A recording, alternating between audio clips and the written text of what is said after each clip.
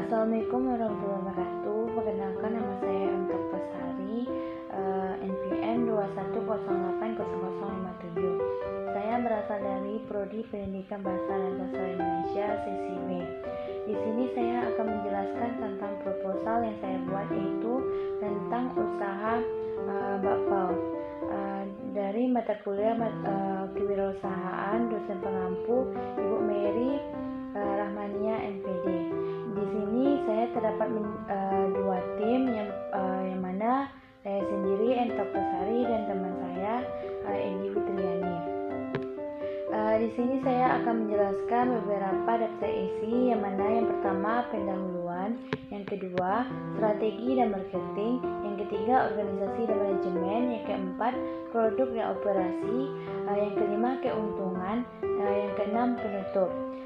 Baiklah, di sini saya akan menjelaskan yang pertama itu pendahuluan, yang mana di sini terdapat latar belakang. Latar belakangnya yaitu cemilan atau makanan bisa dikatakan saat ini sering dicari oleh orang-orang untuk dibeli dan dikonsumsi. Hal ini dikarenakan cemilan ini sangat mudah didapatkan dan juga sangat praktis, sehingga konsumen sering memburu cemilan-cemilan untuk dibeli. Saat ini begitu banyak cemilan-cemilan yang dijajakan di pinggir-pinggir jalan, dan juga makanan ringan biasa bermacam-macam jenis diperjualbelikan di pinggir-pinggir jalan. Salah satunya makanan tersebut adalah jenis bakpao. Yang selanjutnya itu terdapat prospek pasaran, yang mana di sini dengan begitu banyak usaha makanan ringan yang berbentuk bakpao, karena kita tahu bakpao dapat menyentuh setiap golongan dari anak-anak hingga dewasa. Melihat kondisi di atas, kami pun tertarik untuk membuat suatu usaha kuliner bakpao dengan berbagai macam rasa, serta didukung dengan tempat yang strategis dan banyak calon-calon pelanggan yang beraktivitas di sekitar tempat usaha kami. Dengan demikian, kami juga prospek pasar usaha kami sangatlah baik. Di sini kami juga memiliki visi, misi, dan tujuan, yang mana visinya menjadi pekerjaan mandiri, berkualitas, dapat diandalkan, dan juga mengembangkan pekerjaan secara efisien dan waktu yang singkat. Yang kedua itu terdapat misi. Misi kami terbagi menjadi beberapa. Yang pertama itu memperluas usaha yang sudah ada dengan memperluas dan menyempurnakan produk yang bersangkutan dengan kualitas dan keamanan yang lebih tinggi. Yang kedua, membangun dan mengembangkan potensi diri dalam proses menciptakan usaha yang mandiri. Yang terakhir itu terdapat tujuan. Tujuan kami memilih usaha ini, yang pertama itu memperoleh sejumlah keuntungan dan tabungan dari bisnis mandiri. Yang kedua, mendorong masyarakat untuk hidup sehat dengan menyediakan produk cemilan yang kami jual. Selanjutnya itu kami akan menjelaskan tentang sales dan marketing, yang mana terdapat gambaran umum produk. Usaha kami bergerak di bidang penjualan makanan yang kami tawarkan yaitu bakpao, yang berbeda dengan bakpao yang sudah ada di pasaran. Nama produk bakpao yang kami jalankan ialah Nyam-Nyam Bakpao. Bakpao ini memiliki beberapa macam topping dan isian yang menjadi menu utama. Bakpao ini sangat berbeda dengan bakpao yang lainnya yang sudah ada di pasaran. Jadi bakpao ini sangatlah sehat, namun tetap terjaga cita rasa yang berkualitas. Dengan mengutamakan kualitas produk, Nyam-Nyam akan dapat bersaing dengan usaha yang serupa. Selanjutnya yaitu jenis produk yang dipasarkan. Produk yang kami jual saat ini adalah berupa produk makanan ringan tanpa menyampingkan kualitas dan lebih memperhatikan kesehatan dari makanan tersebut. Berikut menu yang kami tawarkan. Yang pertama itu daging ayam, yang kedua sarikaya, yang ketiga kelapa, yang keempat coklat, yang kelima kacang hijau. Selanjutnya itu terdapat rencana dan strategi pemasaran kami. Yang pertama itu kekuatan.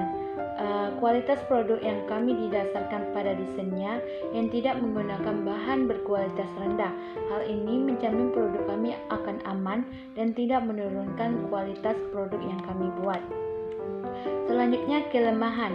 Karena produk kita masih baru, perlahan-lahan kehilangan perhatian konsumen dan memerlukan pengembangan strategi produk yang efektif dan efisien. Selanjutnya itu peluang. Produk baru biasanya mempunyai kemampuan untuk tumbuh dan memperluas pasar. Selain itu, hampir banyak produsen yang menjual makanan bayi dengan tetap mematuhi peraturan kesehatan karena mewakili pangsa pasar produk kami yang cukup besar. Selanjutnya itu terdapat ancaman. Ancaman di sini dalam bisnis ini kami mengamati bahwa konsumen tertentu memiliki tingkat kesadaran yang rendah terhadap suatu produk yang memiliki fitur penting untuk kebutuhan konsumen itu sendiri. Yang selanjutnya itu terdapat dengan organisasi dan manajemen. Yang pertama itu profil umum, yang mana nama usaha kami yaitu Nyam-Nyam Bapau. Pemilik usaha ada 2 orang. Yang pertama saya sendiri, Enta Putasari, dan teman saya Egy Fitriani. Alamat tempat usaha kami ini terdapat di Jalan Sawaliek, Kota Padang. Yang selanjutnya itu tahun berdiri yaitu tahun 2023. Selanjutnya itu terdapat produk dan operasi, yang mana yang pertama itu produk. Bisnis yang dijalankan merupakan bisnis baru di mana menciptakan suatu makanan yang unik. Pada umumnya, semua orang mengenai bapau, namun hanya jenis bapau tertentu saja yang dikenalkan oleh masyarakat. Di sini kami ingin menawarkan sebuah hal yang berbeda kepada masyarakat karena jika dilihat dengan segmen pasar, kebanyakan masyarakat perkotaan menyukai suatu makanan yang aneh dan unik.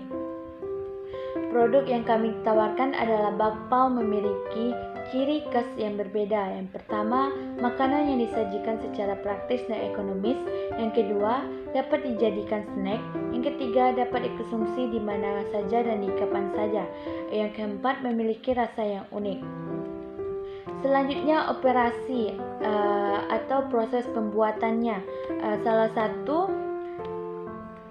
satu makanan yang sangat digemari oleh berbagai kalangan dengan khas gurih dan lembutnya, bakpao menjelma menjadi kue dengan berbagai isian rasa yang sangat bervariasi dan kreatif. Berikut kami salin resep bakpao praktis yang enak dan lembut. Yang pertama itu bahannya. Yang pertama 300 gram tepung terigu protein tinggi. Yang kedua 200 ml air. Yang ketiga 2 sendok teh gula pasir. Yang keempat 1,5 sendok teh ragi instan. Yang kelima 50 gram susu bubuk. Yang keenam 250 gram susu pasir. Yang ketujuh 4 sendok teh baking powder. Yang kedelapan 600 gram mentega putih. Yang terakhir itu ayam. Untuk bahan isian bapau yang terdapat menjadi 5. Yang pertama kelapa parut, yang kedua sarikaya, yang ketiga kacang hijau, yang kelima coklat, dan yang terakhir yaitu sayur ayam. Di sini ada beberapa cara pembuatan bapau. Baiklah, saya akan menjelaskan bagaimana cara pembuatan bapau. Yang mana yang pertama, campurkan semua bahan, aduk rata dan uleni dengan tenaga hingga kalis. Setelah kalis, kemudian tutup rapat dengan plastik dan kain serbet serta didiamkan bapau selama 45 menit. Yang kedua itu setelah 45 menit berlalu, adonan bapau yang sudah mengembang dikempiskan dengan cara ditinju saja dipakai kepalan tangan. Setelah itu, bagi adonan menjadi beberapa bagian atau timbang jika ingin profesional. Yang ketiga itu bulatkan adonan kemudian dipipihkan atau beri isian ataupun varian rasa. Selanjutnya tutup dan bulatkan kembali serta alesin dengan daun pisang di bawahnya. Yang keempat, setelah adonan dan bulatan kembali serta alesin dengan daun pisang di bawahnya. Yang kelima, setelah itu tata dan dalam kukusan, kukus bapau hingga matang mengembang kurang lebih 8 menit. Serta jangan lupa alasi tutup kukusan dengan kain serbet agar uap air tidak menetes. Yang terakhir itu bakpao siap disantap. Yang selanjutnya itu terdapat keuangan. Aspek keuangan ini kami sudah menetapkan keseluruhan modal dalam menjalankan bisnis ini. Yang pertama itu pembelian peralatan, di mana di sini harga pembelian peralatan ini terdapat 670.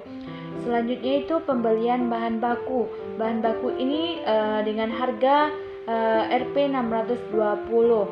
Selanjutnya itu pembelian varian rasa. Pembelian varian rasa ini dengan harga Rp 555. Yang terakhir itu biaya promosi, di mana dengan harga 50.000. Jadi total semuanya yaitu 1.895.000. Jadi modal yang kami keluarkan untuk menjalankan bisnis nyam-nyam ini adalah sebesar 1.895.000. Baiklah, itu yang dapat saya sampaikan dari hasil proposal yang saya buat.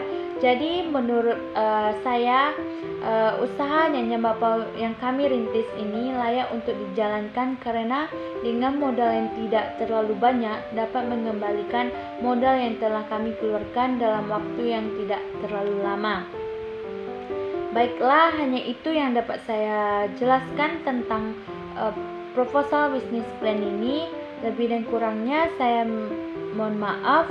Saya akhiri. Assalamualaikum warahmatullahi wabarakatuh.